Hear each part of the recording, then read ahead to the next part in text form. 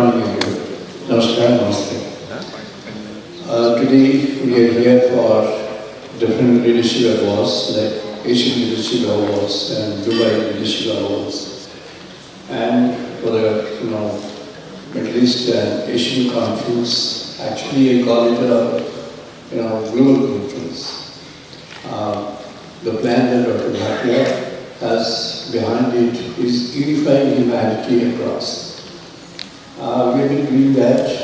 The leadership center that we have seen unveiling of the logo is actually talks about Rajadhani. Rajadhani is the principles of leadership. The principles of leadership which were lived for several thousand years in ancient, very period in India and several other places in the world. And quite by many scholars starting from Socrates, Plato, Aristotle, and others. It begins with the king, the leader, should be having an attitude of sacrifice, giving up, which is opposite to the training that we have as a kind of identification of personalities these days. Other second principle would be that adhering to the truth and maintaining truth and truthful principles in all actions, thoughts, and agenda. That's very difficult for corporate world, but that's something requires to be tested in the interest of sustainability of the world. The third principle is Lokana Graham Savartham Sarvata. So the king, the leader, should be oriented to the masses, to the people. As just now we have heard Union Bank having said that they believe in the people and give a lot of emphasis of that. I appreciate that kind of mindset where you have your idle thoughts or orientation towards the masses whom you are working for.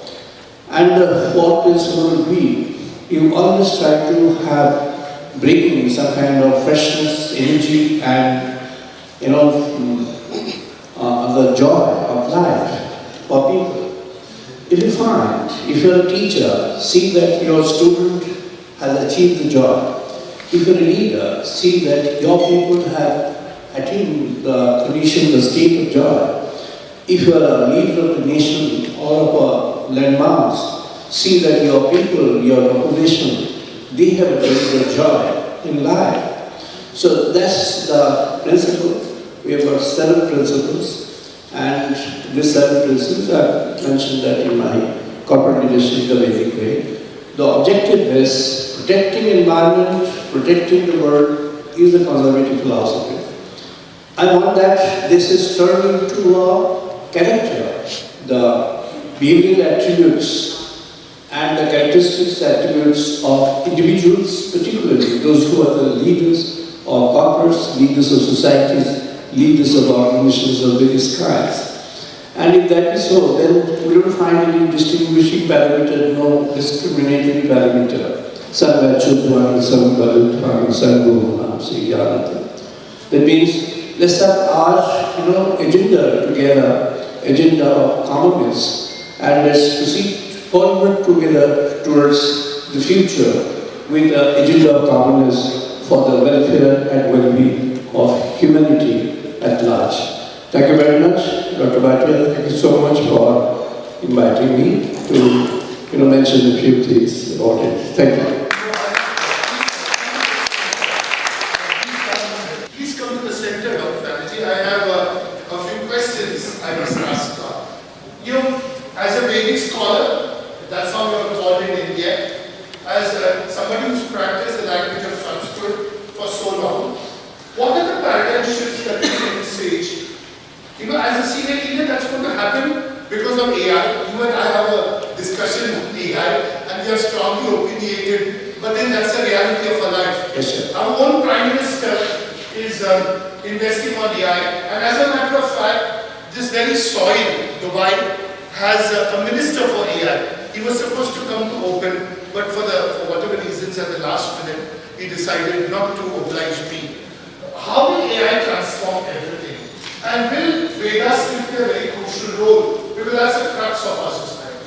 Yeah, I'll tell you, like, there are in our system Panch Vayu, Panch Kosh, and Saptadhatu. Panch is five, Vayu is here. Five different types of here.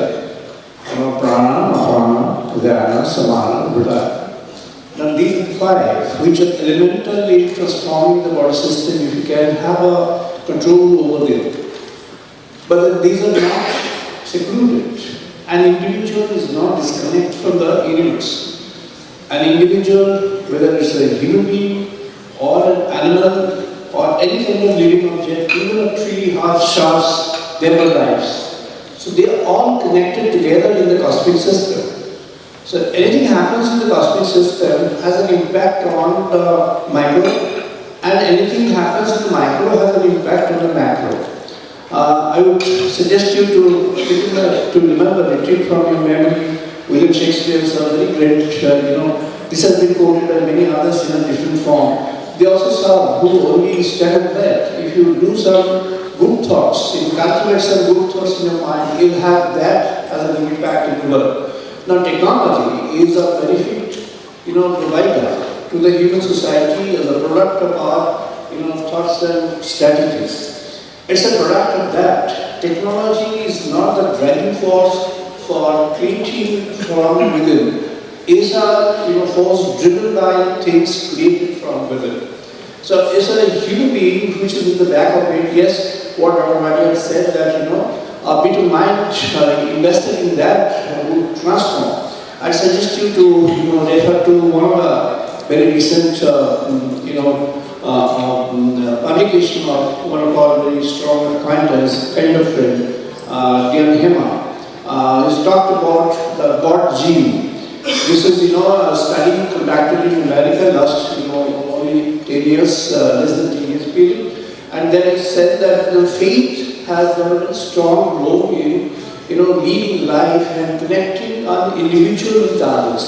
Now, you may have faith in anything, any good thing, any wrong thing. It doesn't, refer to any culture. Faith in any culture, any goodness, faith in God, faith in the universe, faith in the cosmic system, faith in the nature.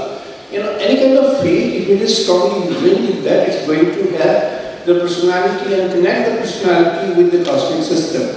In case it is connected to the cosmic system, you can have now a transformative journey in the cosmic system. That's what is mentioned in the Vedas. Satyanam Badishwami, Geetam Badishwami. Vami Manusi Pratishtita, Manaha Me Bachi Pratishtitam, Avihi Me Edi. Meaning, I'm inviting the cosmic, the goodness, God. I'm inviting Him as an invisible force to come up and sit in my organs, connect with me so that I am connected with the cosmic system. Samani go aputi samana samani breathe.